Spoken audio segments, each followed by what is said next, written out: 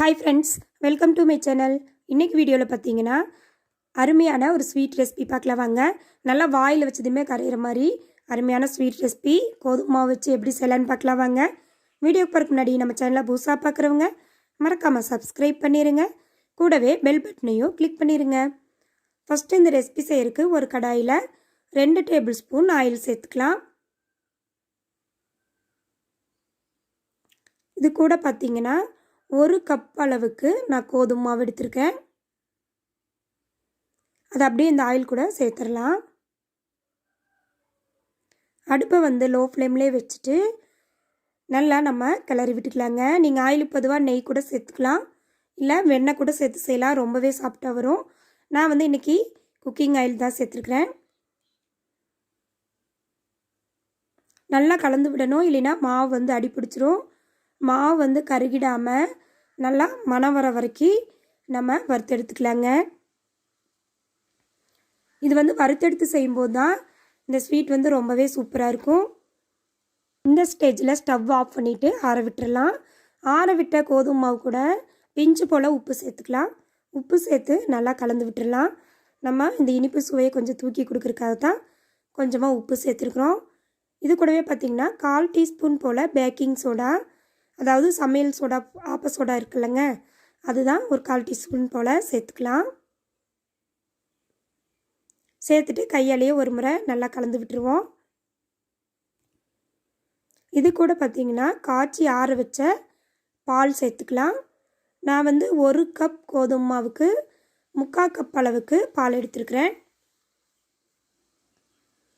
இந்த பாலை வந்து நல்லா காய்ச்சி ஆற வச்சுட்டு சேர்த்துக்கோங்க. கொஞ்சம் கொஞ்சமாக சேர்த்து நம்ம பிசைஞ்சு எடுத்துக்கணும்.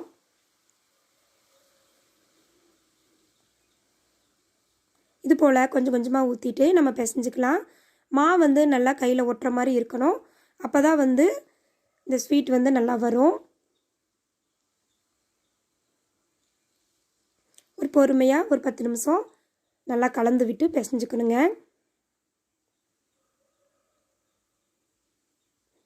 நம்ம வீட்டில் 1 கப் கோதுமை மாவு இருந்தாலே சரி, டக்குன்னு இந்த ஸ்வீட் செஞ்சிடலாம். குழந்தைங்க, பெரியவங்க எல்லாருமே விரும்பி சாப்பிடுவாங்க. ஒரு அரை மணி நேரம் தான் டைம் எடுக்குது செய்யறதுக்கு. சட்டுன்னு செஞ்சு முடிச்சிடலாம். மாவோட பதம் பார்த்துட்டிங்கன்னா கொஞ்சம் இலக்கமாக இருக்கும். அந்த ஸ்டேஜில் கையில் ஓட்டுற மாதிரி இருக்குது பாருங்கள். இந்த மாதிரி இருந்தால் தான் இந்த ஸ்வீட் ரெசிபி நல்லா வரும். இது கூட 1 டீஸ்பூன் ஆயில் சேர்த்துட்டு நம்ம கலந்து விட்டு ஒரு 10 நிமிஷம் மூடி போட்டு மூடி வச்சிடலாங்க.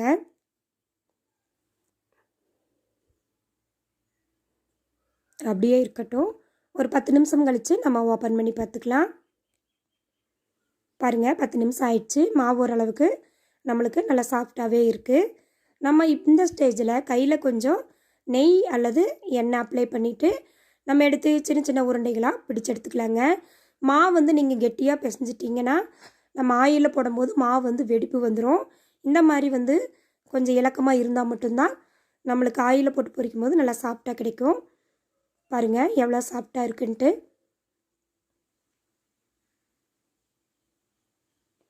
நல்லா உருட்டி எல்லா மாவையும் இது போல் ரெடி பண்ணி வச்சுக்கலாம்.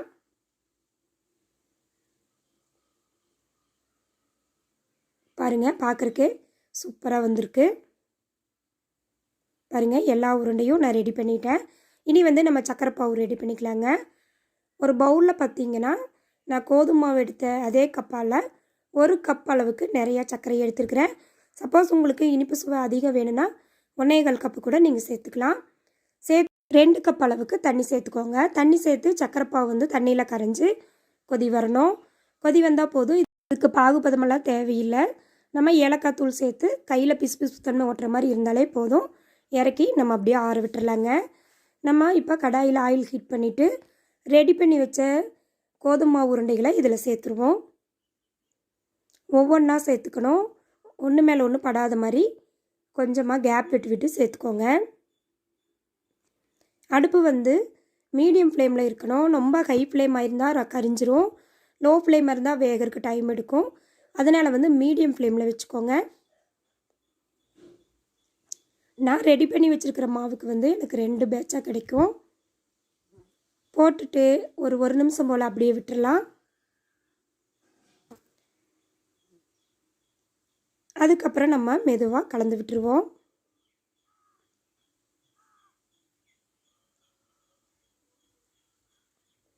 பாருங்கள், இது போல் ஒரு கரண்டி வச்சுட்டு மெதுவாக நம்ம ஒன்றோட ஒன்று ஒட்டாத மாதிரி கலந்து விட்டுறலாம். இதோட அளவுன்னு பார்த்துட்டிங்கன்னா 1 கப் கோதுமை மாவு, 1 கப் சர்க்கரை, 2 கப் தண்ணி, 3/4 கப் பால் இருந்தால் சரி. பால் சேர்த்து செய்யும்போது ரொம்பவே டேஸ்ட்டாக இருக்கும். பாருங்கள், எல்லாமே வெந்து நம்மளுக்கு நல்லா பொன்னிறமாக வந்துருச்சு. பாருங்கள், இந்த ஸ்டேஜில் நம்ம வந்து எடுத்துக்கலாம். எடுத்து ஒரு தட்டுக்கு மாற்றி ஒரு 10 நிமிஷம் ஆறிட்டு இருந்தால் போதும். அந்த அளவுக்கு ஆற விட்டுருவோம்.